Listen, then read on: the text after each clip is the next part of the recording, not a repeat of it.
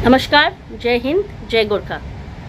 सबसे पहले मैं अभिनंदन देना चाहती हूँ और कॉन्ग्रेचुलेट करना चाहती हूँ पूरे देश को कि हमारा वीर सपूत विंग कमांडर अभिनंदन घर आ गए हैं। उन्होंने जो प्रोफेशनलिज्म एक कैप्टिविटी में होने के बाद भी जो दिखाई है वो काबिल तारीफ़ है। काबिल तारीफ़ ही नहीं, उनसे हमें सीखना चाहिए कि जितना भी मुसीबत का टाइम हो, जितना भी एक डिफ़िकल्ट सिचुएशन हो, अपने स्टैंड में टिका कैसे जाता है। और अपना इज्जत तभी बनती है जब एक बंदा अपना जगह पे खड़े होके, ये ज़रूरी नहीं है कि आप किसी को प्रोटेस्ट करो या किसी को आप बुरा बोलो, लेकिन जो सही है उस सही के लिए अगर एक बंदा खड़ा रहता है तो हमेशा उसकी जीत होती है। ये हमें सीखनी चाहिए और ये सीख आज हमको अभिनंदन जी ने सिखाया है। उसके लिए पूरे दिल से हम आपको सैल्यूटेशंस देते हैं। और बात आती है अब एसएस आलूवालिया की, जो उन्होंने स्टेटमेंट दी है सिलीगुड़ी में। एज फीगा की नेशनल कन्वेनर और GSSS के नेशनल स्पोक्स पर्सन, मैं इसको पूरे दिल से भर्त्सना करती हूँ और इसको घोर निंदा भी करती हूँ कि आप MP होके, हमारे मेंबर ऑफ पार्लियामेंट होके, आपको आज तक नहीं समझ में आया कि आपके कॉन्स्टिट्यूएंसी में इंडियंस रहते हैं और कॉन्स्टिट्यूएंसी में कहाँ के लोग रहते हैं। तो ये बहुत ही दुख की खबर है। और आज का मैंने आपका स्टेटमेंट भी पढ़ा, आपने लिखा हुआ है कि आप गोरखा के मुद्दा से सुभाष घिसिंग के टाइम से लेके आलबी राय सर से लैंग्वेज के मूवमेंट में जुड़ के आज तक आए हुए हो। मैं आपको बता दूं, शायद आप उस मुद्दा से वाकिफ होंगे, शायद आप जुड़े भी होंगे, लेकिन पॉजिटिवली जुड़े हुए थे, ये मुझे सीरियस डाउट्स है। या तो आप जुड़े हुए थे, इसी वजह से शायद प्रॉब्लम्स आई होंगी जितने भी आए हैं। क्योंकि पिछले 1.5 साल में मैं खुद आपके साथ कितनी बार मिली हूँ, कितने इश्यूज को लेके आई हूँ जो कि एक भी आपने सॉल्व नहीं किया है। सबसे पहले मैं आपके पास 13 शहीदों के फैमिली को लेके आई थी, पिछले साल की बात है। तब आपको ह्यूमन राइट्स वायलेशंस के पूरा डॉक्यूमेंटेशंस बना के हमने सबमिट किया था। तब आपने अश्योरेंस दिया था कि जितने भी विक्टिम्स के फैमिली है, आप उनको कोई ना कोई एक नौकरी दिलाओगे, सरकारी नौकरी दिलाओगे, जो आज तक आपने नहीं किया है। आपने बोला था जितने भी जेल विक्टिम्स है उनके रिलीज के लिए आप काम करोगे, जो भी आपने नहीं किया। आपने हमको अश्योरेंस दिया था कि आप ह्यूमन राइट्स वायलेशंस के लिए खुद काम करोगे दार्जिलिंग में, वो भी आपने नहीं किया। हमने आपको रिक्वेस्ट किया था कि आप खुद काम नहीं कर सकते हो तो कम से कम वहाँ पे जितने भी ह्यूमन राइट्स एक्टिविस्ट हैं दार्जिलिंग डूअर्स, तेराई में और सिलीगुड़ी कॉन्स्टिट्यूएंसी में जितने भी लोग हैं, उनको कम से कम ट्रेनिंग करवाइए। क्योंकि ह्यूमन राइट्स एक ऐसी चीज़ है जो कि बियॉन्ड पॉलिटिक्स है, बियॉन्ड डे टू डे आपकी पॉलिटिकल जो भी स्ट्रैटेजी होगी उससे अलग है, पार्टी लाइन से अलग है। लेकिन ह्यूमन राइट एक्टिविस्ट हर सिचुएशन में होना बहुत ही ज़रूरी होता है, क्योंकि वो एक बेसिक नीड है हम लोगों के लिए। तो इसके लिए जितने भी ह्यूमन राइट एक्टिविस्ट हैं, अभी तक तो अपने दिल से, अपने एफर्ट से काम कर रहे हैं, उनको ट्रेनिंग करा दीजिए। ये रिक्वेस्ट आपको हमने डाली थी आज तक, जो कि पूरा नहीं किया है आपने ये ज़रूर बोला था कि आप जल्द से जल्द कराओगे, लेकिन वो जल्द से जल्द आज तक नहीं आया है। आपके पास मैं प्रॉब्लम लेके आई थी हमारे जो स्किलिंग एंड डेवलपमेंट का इशू है। हमारे यूथ जो बाहर पे लेबर माइग्रेशन होता रहता है, जो बाहर जाके काम कर रहे हैं, क्योंकि वहाँ पे कोई भी एम्प्लॉयमेंट अपॉर्चुनिटीज़ नहीं है। तो कम से कम आप एम्प्लॉयमेंट अपॉर्चुनिटीज़ को जनरेट कीजिए। वहाँ के यूथ जो है, वहाँ के फार्मिंग जो है, उसमें कलेक्टिव फार्मिंग का ट्रेनिंग्स करा दीजिए। जितने भी यूथ है उनको कुछ फूड प्रोसेसिंग का या जो भी स्किलिंग एफर्ट्स हो सकता है, स्किलिंग का ट्रेनिंग कराइए। ये भी आपने आज तक नहीं किया है। तो एज एन MP आपने MP का सारा बेनिफिट्स तो लिया है। दार्जिलिंग, फांसीदेवा, चोपड़ा, सिलीगुड़ी, यही जगहों का नाम लिया था आपने। इन जगहों से आपने पूरा बेनिफिट्स तो उठाया है, लेकिन जो आपको देना चाहिए उस कॉन्स्टिट्यूएंसी में एज एन MP कैंडिडेचर आपने किया क्या है। आपने जो स्टेटमेंट दिया है उसको हम एज गोरखास एंड सबसे बड़ी बात तो एज इंडियंस उसको हम प्रोटेस्ट करते हैं, क्योंकि आपने वहाँ पे बहुत गंदी तरह से एक डिविसिव पॉलिटिक्स खेलने की कोशिश की है कि चोपड़ा, फांसीदेवा, सिलीगुड़ी, दार्जिलिंग, कालिम्पोंग अलग है। लेकिन आपको शायद ये नहीं पता, क्योंकि आप बाहर के हो, हमारे वहाँ की प्रॉब्लम्स सिमिलर है। चोपड़ा भी अभी इतना अंडर डेवलप्ड है, वहाँ पे भी एम्प्लॉयमेंट अपॉर्चुनिटीज़ नहीं है। वहाँ के लोग माइग्रेट होके बाहर जाके लेबर माइग्रेशन होता है। जितने भी बाहर जाके कई मैनुअल लेबर्स हैं, कई लोग आके कारपेंट्री की काम करते हैं, घर छोड़ के उनको वापस बाहर आके काम करना पड़ता है। आपने उनके लिए क्या किया है? अभी चोपड़ा में जो वायलेंस हुआ था, आपने आज तक चोपड़ा भी विजिट नहीं किया है, तो आप चोपड़ा के नाम कैसे ले सकते हो जब आपने आज तक उस कॉन्स्टिट्यूएंसी के लिए एक भी काम नहीं किया है? गोरखाओं का तो बात ही छोड़ दे, गोरखाओं का तो आपने ना तो आइडेंटिटी में ही आप क्वेश्चन लगा रहे हो। मैं खुद एक इंडियन सिटीजन हूँ, जब इंडिया बना भी नहीं था तब से मैं उस जगह में रह रही हूँ, मेरे पूर्वज वहाँ पे रह रहे हैं। जब इंडिया का फ्रीडम मूवमेंट हुआ था, मेरे दादाजी, मेरे नाना जी दोनों ने पार्टिसिपेट किया है। जब नेशनल कांग्रेस तब बना था, तब नेशनल कांग्रेस के एक्टिव मेंबर्स हुआ करते थे। गोरखास का all India Gorkha league national political party है। National political party all India Gorkha league तब से बना हुआ है जब से एग्जिस्टेंस में पॉलिटिकल पार्टीज इंडिया में आए थे।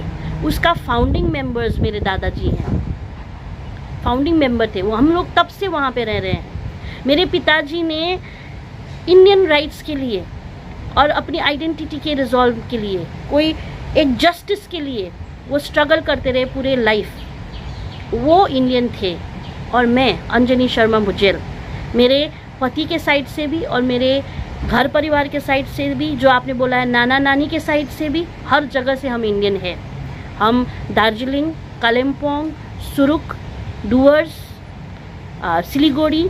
सिलीगुड़ी में तो मेरे दादाजी का घर था प्रधान नगर में, शायद आपको ये पता नहीं था, है ना। जो स्टेडियम बना है वो स्टेडियम में आप लिस्ट निकाल के देखिए, उस स्टेडियम को डोनेशन सबसे ज़्यादा लैंड का तब भी गोरखास ने ही किया है। और आप हमको क्वेश्चन कर रहे हो कि हम इंडियंस है कि नहीं है। आपको मिलने के बाद ही मुझे रियलाइज़ हुआ है कि यस, इस बार जो रिप्रेजेंटेशन जाएगा वो रिप्रेजेंटेशन हमारे एरिया का ही होना चाहिए और भूमिपुत्र ही होना चाहिए, इसलिए ताकि वो उस भूमि से जुड़ा हुआ हो, इसलिए ताकि वो वहाँ का प्रॉब्लम्स आप सॉल्व करो। आप as a member of parliament Siliguri से आगे कभी जाते भी नहीं हो और आप उस कॉन्स्टिट्यूएंसी की बात कर रहे हो। और आप सिलीगुड़ी भी जाते हो तो भी सिर्फ एक फोटो ऑब्सेशंस के लिए जाते हो, रिबन काटने के लिए जाते हो। सिलीगुड़ी की कितनी प्रॉब्लम्स आपने सॉल्व की है ये आप हमको बताइए।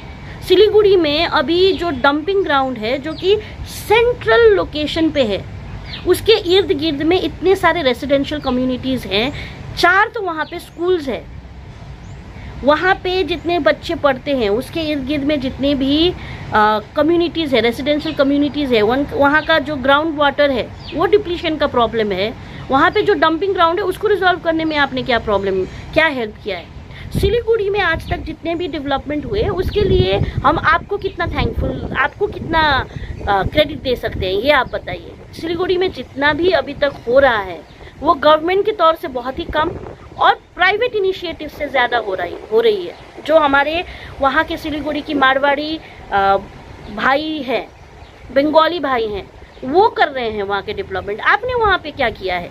तो आप जहाँ पे जाते हो आपको उस जगह का प्रॉब्लम नहीं पता है, आपको उस जगह की डाइवर्सिटी की नॉलेज नहीं है, आपको उस जगह की नर्व्स नहीं पता है, तो आप जैसे रिप्रेजेंटेटिव पता को भेज के हमने कितनी बड़ी गलती की है ये हमको रियलाइजेशन हो रहा है। इस वजह से हम चाहते हैं कि इस बार जो भी एमपी कैंडिडेट जाए वो ऐसा एमपी कैंडिडेट होना चाहिए जो हर क्षेत्र का प्रॉब्लम को समझता है, जो वहाँ की माइनॉरिटी ग्रुप राजवंशियों का जो अभी उनका वो चाहते हैं कि उनका लैंग्वेज रिकॉग्निशन हो, उनका लैंग्वेज को एक डेवलपमेंट हो, उनकी जो इकोनॉमिकल कंडीशंस है वो डेवलप हो, उनके लिए काम करें। टी गार्डन्स और सिंकोना प्लांटेशन जो कि मर रही है उसके लिए आपने आज तक क्या एफर्ट्स किया है? तो mister SS Ahluwalia, you are a failure in a name of a member of parliament. आपने ना तो कुछ आज तक कोई रिस्पॉन्सिबिलिटीज़ पूरा किया है, आप तो विजिट करने से भी इतना डरते हो, आज तक आपने सिलीगुड़ी से ऊपर कभी चढ़े भी नहीं हो।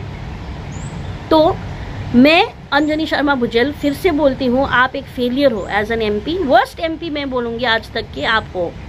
और मैं रिक्वेस्ट करना चाहती हूँ मोदी जी से, बीजेपी से, कि हमने दार्जिलिंग से बीजेपी को जिता के भेजा था मोदी जी के भरोसे पे, क्योंकि उनके गवर्नेंस पे हमको विश्वास था, तो हमने वोट दे के भेजा है। तो आपने जो MP हमको दिया है वो पूरी तरह से फेलियर है।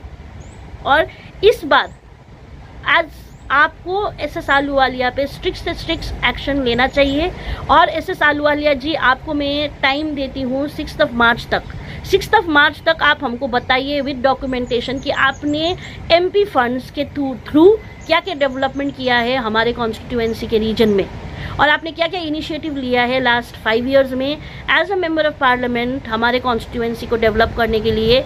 आप हमको ये लिखित रूप में बताइए, नहीं तो ऑन 7 मार्च मैं एक आरटीआई फाइल करूंगी कि आपने लास्ट 5 इयर्स में क्या क्या काम किया है। हम उसका लेखा जोखा चाहेंगे, हमको हिसाब चाहिए कि आपने जो सहूलियत उठाई है हमारे वोटों के बावजूद, हमने जो वोट दिया है उसी के वजह से आपको ये इतने बेनिफिट्स मिल रहे हैं as a member of parliament. आप मिनिस्टर हो, गवर्नमेंट के मिनिस्टर हो, तो उसके थ्रू आपने क्या क्या काम किया है हमारे कॉन्स्टिट्यूएंसी में पिछले 5 सालों में, जब तक आप मेंबर ऑफ पार्लियामेंट थे, उसका हमको हिसाब किताब दीजिए। जो एमपी फंड्स आया है उस एरिया में, उसमें से कितने आपने डेवलपमेंट में यूज़ किया, क्या क्या डेवलपमेंट में यूज़ किया, उसका आप हमको दीजिए। नहीं तो 7 मार्च को हम आरटीआई फाइल करके खुद ये रिपोर्ट निकालेंगे और आपको हम देंगे।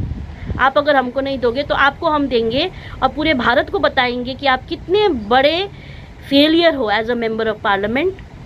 और प्लीज़ अपने देश को अगर जोड़ नहीं सकते हो तो टुकड़ों में बांटने की कोशिश मत कीजिए। डिविसिव पॉलिटिक्स दार्जिलिंग, फांसीदेवा, सिलीगुड़ी के एरिया में बिल्कुल भी मत कीजिए, क्योंकि हम उस कॉन्स्टिट्यूएंसी के लोग ऑलरेडी हमारे बहुत सारे प्रॉब्लम्स हैं, हम उसको मिलके अपने में अंदर में हम सॉल्व करेंगे। बंगाली, मारवाड़ी, राजवंशी, कोचे मेचे, गोरखास, हम लोग भाई भाई की तरह रहे हैं और रहेंगे, और हमारी जो भी प्रॉब्लम्स है हम खुद सॉल्व कर लेंगे।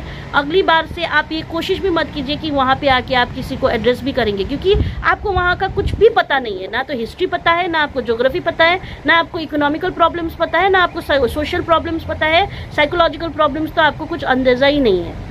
तो वहाँ पे फोटो आपके लिए मत आइए। आप इतने दिनों से रह रहे हो रकाबगंज में, आप वहीं पे सहूलियत उठाइए जितने महीने आपके बचे हैं, और उसके बाद आपको जय गोरखा और जय हिंद।